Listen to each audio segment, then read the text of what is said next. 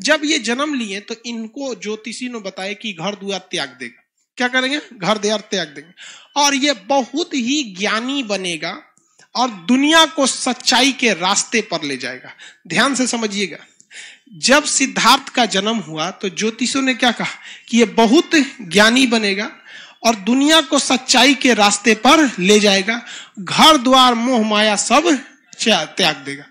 तब राजा परेशान हो गए कि एक गोली का भाग दुगा हो जाएगा, घर द्वार छोड़ देगा। तब तो पूछा गया उनसे कि इसका कोई उपाय बताइए। तो कहा कि सबसे सिंपल उपाय, अगर किसी का विकास रोकना है तो ब्याह करा दिए। सिंपल लॉजिक समझिए, बहुत ज्ञानी होगा, दुनिया को सच्चाई के रास्ते पर ले जाएगा, मोह माया सब त्याग देगा। इसका उपाय जो ये सब ना करे, ब्याह करा दे। समझ रहे हैं क्या लॉजिक है?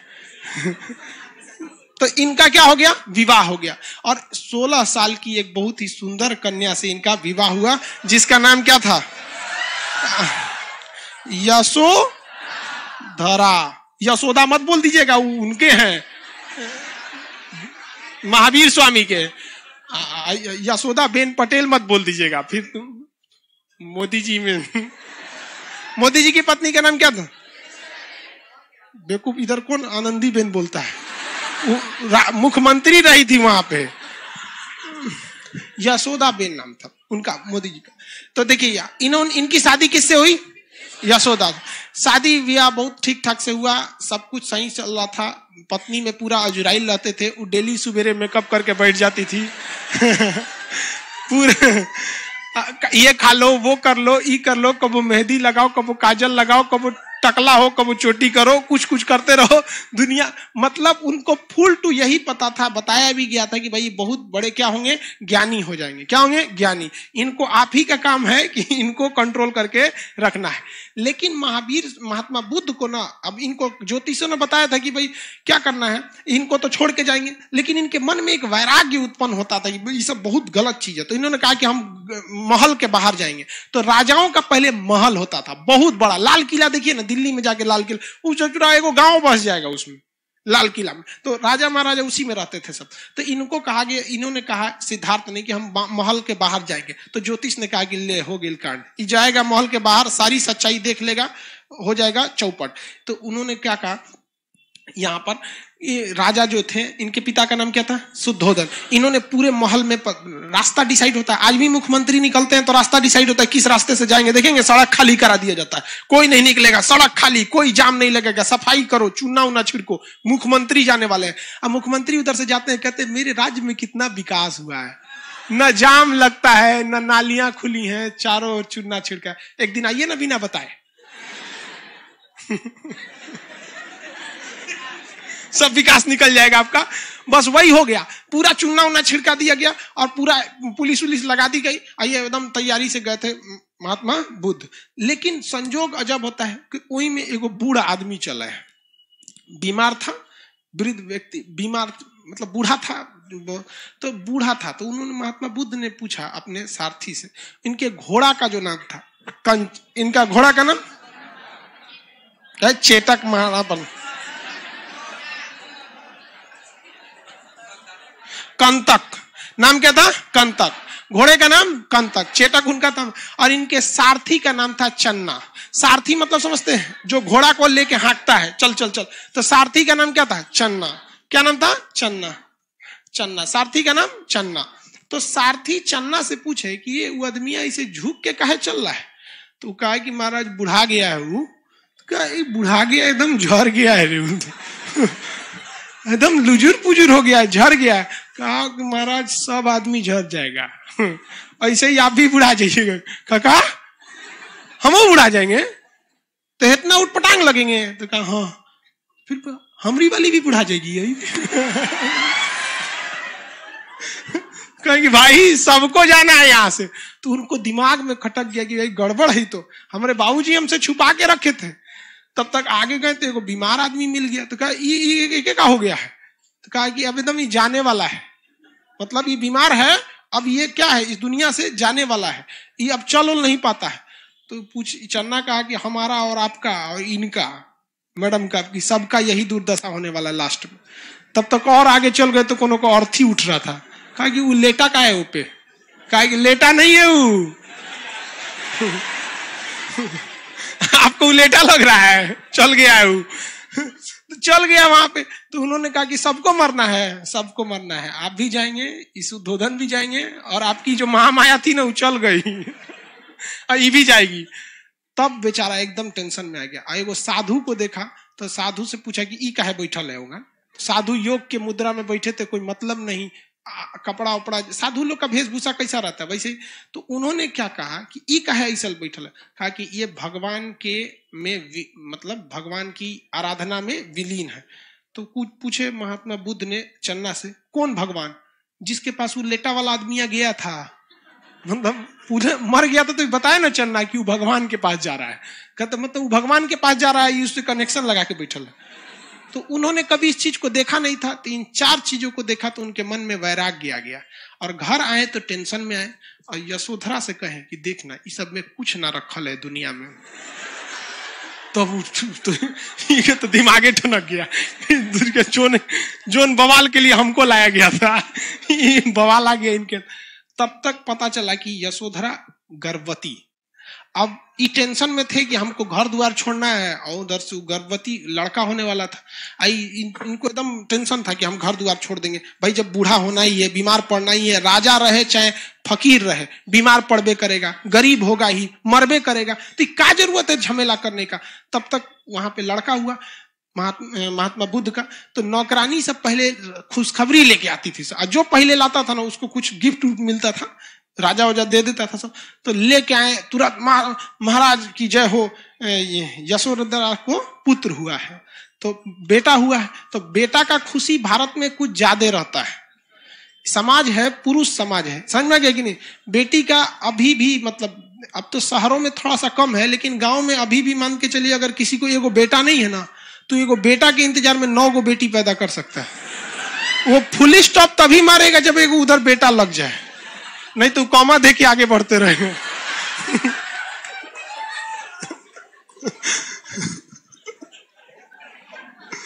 तो इनका तो पहले में बेटा हो गया तो डबल खुशी थी।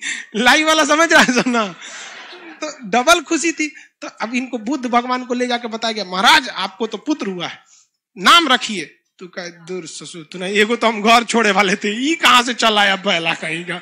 तो उन्होंने कहा, मने मन कहा कि मेरी जिंदगी का सबसे बड़ा कांटा ये हो गया, क्योंकि अगर हम घर छोड़ देते तो लोग यही कहता कि इन्होंने अपनी पत्नी घर द्वार सब छोड़ के चले आए, कोई ज्यादा बुरा नहीं मानेगा। लेकिन ऐसे ससुरा 2 दिन के लड़का छोड़ के चल जाएंगे, पूरा समाज हमारा बोलेगा। तो उन्होंने कहा मेरी जीवन का ये कांटा है। तो राहुल मतलब क्या होता है? रास्ते की बात। उन्होंने कहा राहुल ले। तो उनको लगा, ये नौकरनिया को लगा कि नामे रख दिए, जितना बुद्धि उतने सोचेगी ना। नाम हो गया, बेटा का नाम क्या हो गया? राहुल। बेटा का नाम राहुल। लेकिन उन्होंने तो अपने लिए इसे क्या समझ लिया था? बाधा। लेकिन उन्होंने कह दिया कि हम घर द्वार छोड़ छाड़ के जाएंगे, हमरा ये सब में नहीं करना है। अब ये परेशान थी यशोदा कि हम कहाँ जाएंगे रे पकड़ो, हमरा एगो बियाह शादी हो गया, एगो लड़को हो गया, अब कहाँ जाएंगे हम। ये परेशान थी, बहुत मनाने की कोशिश की लेकिन नहीं माने, घर द्वार छोड़ दिए। 29 साल की अवस्था में, कितने साल की अवस्था में?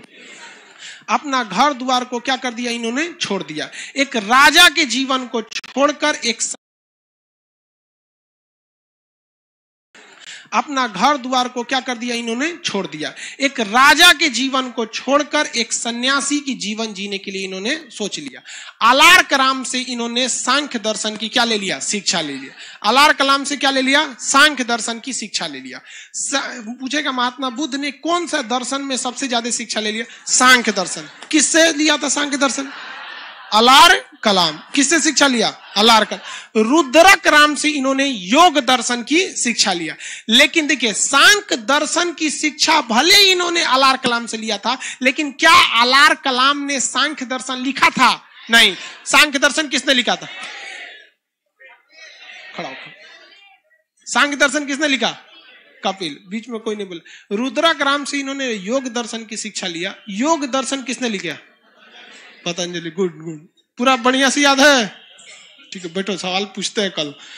अब ये तो समझ में आ गया। तो रुद्रक राम से इन्होंने क्या, कौन सी शिक्षा लिया? योग दर्शन, रुद्रक राम से योग दर्शन की। लेकिन कहेगा कि महात्मा बुद्ध अलार कलाम और रुद्रक राम, अलार कलाम से सांख्य दर्शन और रुद्रक राम से योग दर्शन, अलार कलाम और सांख्य दर्शन, इन दोनों में महात्मा बुद्ध जो थे वो रुद्रक राम को ज्यादा मानते थे या प्रिय मानते थे या अलार कलाम को? तो रुद्रक राम को। किसे? रुद्रक। इसलिए जब भी देखेंगे महात्मा बुद्ध को योग के मुद्रा में ही आप देखेंगे। जब भी महात्मा बुद्ध की मूर्ति, यहाँ का मूर्ति अच्छा शिवानी लेती गई, एक तो महात्मा बुद्ध की मूर्ति ले देना जी अशोक यहाँ पर, वाह। तो देखेंगे ना, जब भी महात्मा बुद्ध को किस रूप में देखेंगे? योग की मुद्रा में देखेंगे। अब ये अपने मित्रों के साथ, महात्मा बुद्ध अपने मित्रों के साथ चले गए उत्तर प्रदेश में। कहां पर? उत्तर प्रदेश में। उत्तर प्रदेश यूपी में एक जगह है सारनाथ। क्या नाम है? सारनाथ। सारनाथ में एक जंगल है जिसका नाम मृगदाब वन। कौन सा वन? मृगदाब। इस मृगदाब वन में वो अपने 5-6 मित्रों के साथ बैठ के और क्या करने लगे? तपस्या करने लगे। योग दर्शन तो रुद्रक राम से सीख ही लिए थे। योग की मुद्रा में बैठ के कठोर तपस्या करने लगे कि हमें सच्चाई क्या है, गलत क्या है, इस सब का क्या मिल सके? ज्ञान मिल सके। तो ये सारी चीजों का ज्ञान मिलने के लिए इन्होंने कहां पे चले गए? सारनाथ। तो सारनाथ में बैठ के इन्होंने काफी सारे क्या किया था? तपस्या किया। लेकिन उस तपस्या से कोई खास फायदा नहीं मिला। कई साल बीत गए सब तपस्या के, कुछ मिल ही नहीं रहा था। तो अचानक उनको एक महिला दिखी। उस जंगल में क्या मिली? महिला। तो सारे लोग ध्यान लगाए थे। अब महात्मा बुद्ध ऐसे महिला को देखे, अरे हंसता क्या लिए? समझा रहे हैं तो समझो ना। पहले धार्मिक मामले में मजाक मत क्या करो, कबो भी किसी पे कुछ भी हो जाता है। इसलिए तो उन्होंने देखा ये महिला क्या करने आई है, तो देखा कि बाकी सब दोस्त ध्यान लगाए हैं, सब तुम लोग ध्यान लगाओ। महिला से पूछे क्या बात है, तो उन्होंने बताया था कि वीणा, जो वीणा बजाया जाता है, इसको इतना ना हुमच के खींच दीजिए कि टूटिए जाए वीणा, तो ये भी गलत है। और आराम से वीणा को रगड़ेंगे तो संगीत ही नहीं निकलेगी। मतलब वीणा को रगड़ने के लिए क्या होनी चाहिए? एक लय होना चाहिए। इतनी कठोर तपस्या करेंगे तो भगवानों डरा जाएगा कि कब्जा करने आ रहा है कि तपस्या करने आ रहा है। तो उनको दिमाग आया कि भाई हमको इस तरह से तपस्या नहीं करना है। तो यूपी में पूरा का पूरा फाउंडेशन कोर्स किए 6 साल तक। मतलब बात समझिए, सारनाथ में ज्ञान मिल ही नहीं रहा था। तो वो कहाँ आए? बोध गया। कहाँ है? बोध गया। यहाँ आके वो टारगेट बैच ज्वाइन कर लिए, क्रैश कोर्स। बात समझिए, हम आपको पढ़ाने के लिए करें। यहाँ आए बोध गया में। अब बोध गया किस नदी के किनारे है? फाल्गु नदी। इसका एक और नाम बता सकते हैं? निरंजना नदी। फाल्गु या निरंजना नदी के तट पर बैठकर, फाल्गु या निरंजना नदी के तट पर बैठकर वहां एक विशाल पीपल वृक्ष के नीचे बैठे।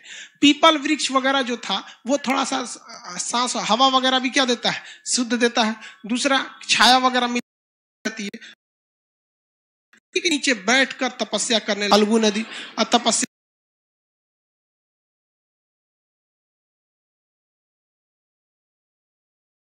शरीर से मतलब प्रकाश निकलने लगा, शरीर सुगंधित हो उठा।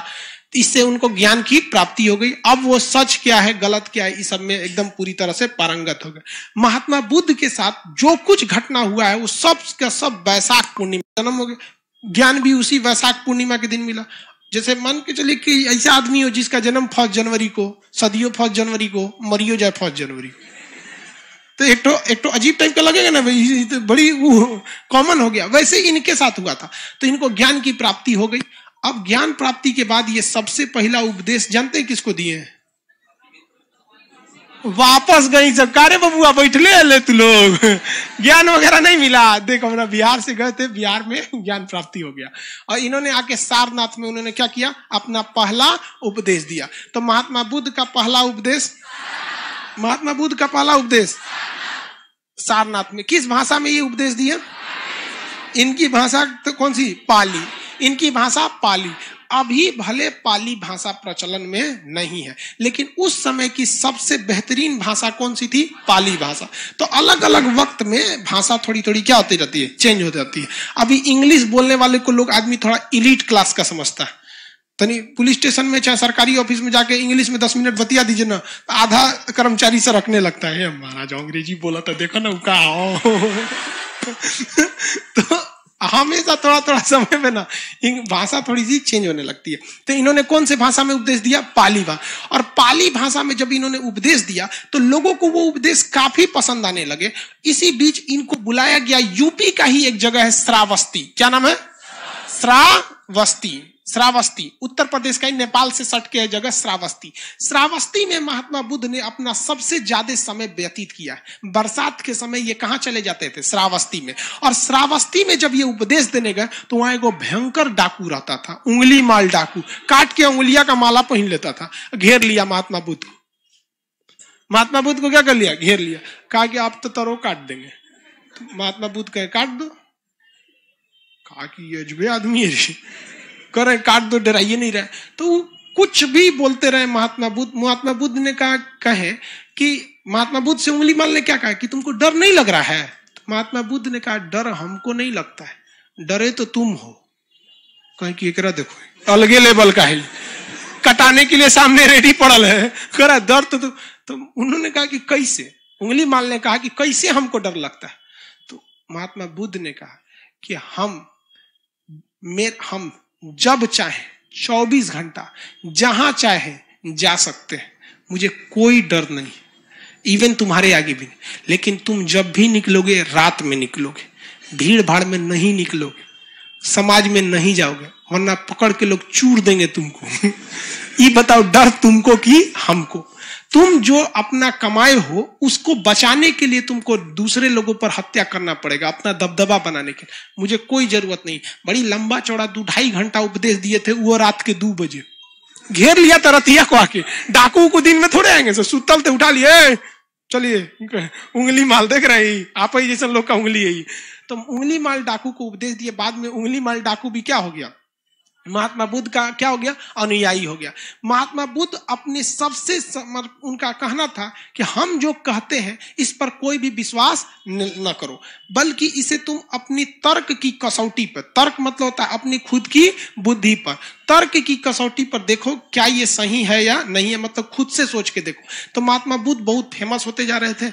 उसी बीच वो दान उन लेने के लिए जहां तहां बैठे रहते थे। भाई भिक्षा, इनका मुख्य कहना था कि ज्यादा कमाओ माँ के मत रखो, भिक्षा वगैरह लेके क्या करते हो रख लो, अपना भिक्षा जितनी है अपनी भिक्षा से ही अपना जीवन यापन करो। तो जाते थे तो बहुत लोग उनको उपहार देते रहते थे। एक दिन एक गांव में गए तो एक बुढ़िया उनको उपहार दी, और वो जानते कौन उपहार दी? जूठा आम।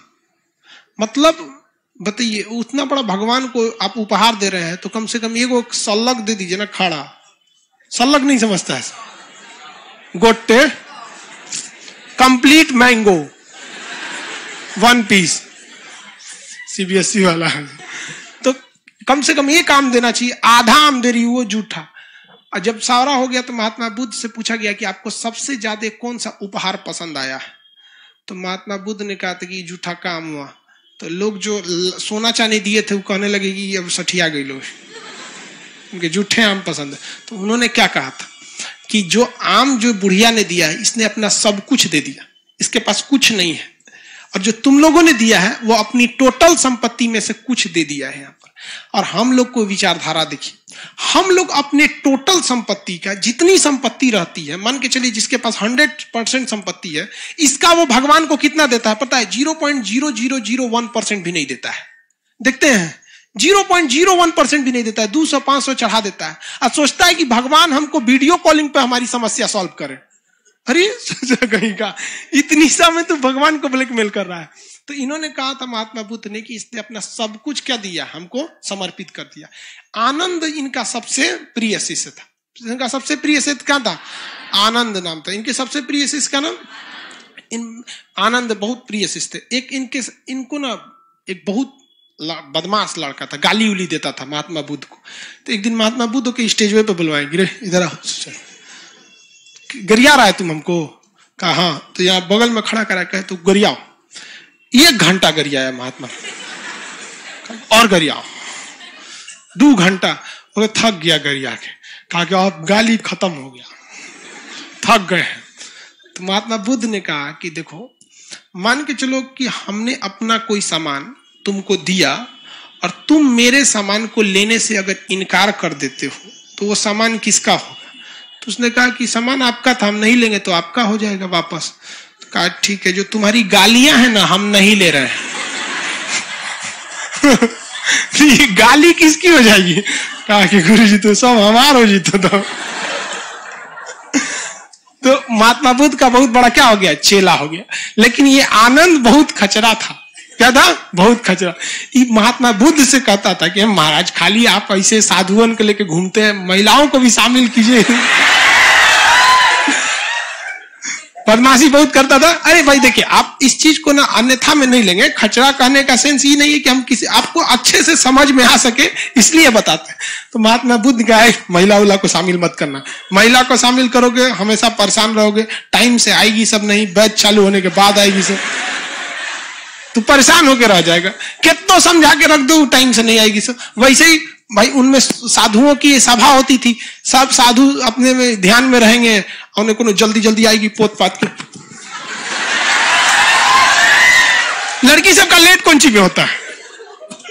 हाँ? लड़का का कभी लेट होता है नहीं, वो तो लॉज में निकलने के बाद बटन बंद करता है। बाल उल्टी करे, चल चल। रूम से निकलेगा तब चप्पल पहनेगा, इसे फंसा के चल दिया वो सब ना। अरे बाप रे बाप, क्लास भाड़ में जाए। क्लास जरूरी थोड़े कबो हो सकता है। तो महात्मा बुद्ध शुरुआत में महिलाओं को बौद्ध धर्म में समाने के लिए तैयार नहीं थे, लेकिन ये बार बार कहता था आनंद महाराज जरूरी है, समझ नहीं रहे हैं आप। तो महात्मा बुद्ध ने कहा ठीक है चलो, अब महिलाओं को भी बौद्ध धर्म में शामिल कर लिए। महिला लोग चाहे वो लाइव में है चाहे यहाँ है, ये बात जरा ध्यान से समझिए, हम नहीं कह रहे, महात्मा बुद्ध कह रहे हैं। जब महिलाओं को उन्होंने प्रवेश करने की अनुमति दिया तो उन्होंने कहा कि अब बौद्ध धर्म ज्यादा दिन नहीं चल पाएगा। यह हमारा कथन नहीं है, यह महात्मा बुद्ध का कथन है कि अब बौद्ध धर्म ज्यादा दिन नहीं चल पाए। आप इसको गौर से देखिएगा। एक महिला जो रहेगी ना, उसका झगड़ा जानते किससे होगा? अपनी सास से, कभी ससुर से नहीं होगा, क्योंकि उस ससुर उसको टॉर्चर नहीं करने वाला है कोनो बात में। सास जो रहेगी बेचारी 11 बजे सूत के सोई है, काम वाम करके पतो ओके 4 बजे कोच के उठा देंगे, बबनी उठ चाय बना। अरे बेचारी 4 बजे का करने के लिए खखुआई लगेगी तो मैं झाड़ देगी, बुढ़िया कहेंगी। उसका झगड़ा हो जाएगा अपनी मतलब देवरानी से होगा, देवर से नहीं, जेठानी से होगा, भसुर से नहीं। देखना बराबरी बराबर। तो महात्मा बुद्ध ने कहा कि अब बौद्ध धर्म ज्यादा दिन चलने वाला नहीं है। तो ये महात्मा बुद्ध के कथन थे और आगे जाके ऐसा हुआ भी, ज्यादा दिन बौद्ध धर्म नहीं चला। लेकिन अब क्वेश्चन में हिसाब से रखेंगे, पहली महिला कौन थी? प्रजापति गौतमी। बौद्ध धर्म में शामिल होने वाली पहली महिला प्रजापति गौतमी। दूसरी महिला हाजीपुर जो जगह है वहां, वैशाली, हाजीपुर मतलब समझ रहे हैं ना, वैशाली। वैशाली की एक डांसर थी आम्रपाली। हाँ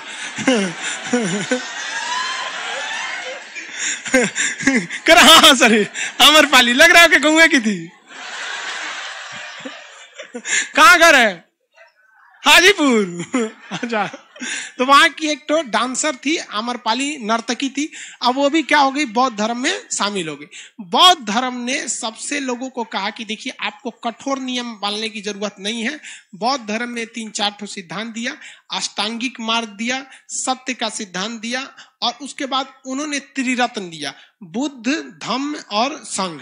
बुद्धम शरणम गच्छामि, धम्मम शरणम, संघम शरणम गच्छामि और धम्मम शरणम गच्छामि। ये उनके त्रिरत्न है। कितने लोग बता सकते हैं जैन धर्म के त्रिरत्न कौन थे? शॉर्टकट में क्या था? KFC। शॉर्टकट में KFC, चिकन वाला नहीं। जैन धर्म में चिकन बंद है। KFC, knowledge, faith and correct. अब कल बाकी चीजें जैन धर्म बौद्ध धर्म के बारे में कंप्लीट कर देंगे। ठीक है, आज के लिए इतना ही।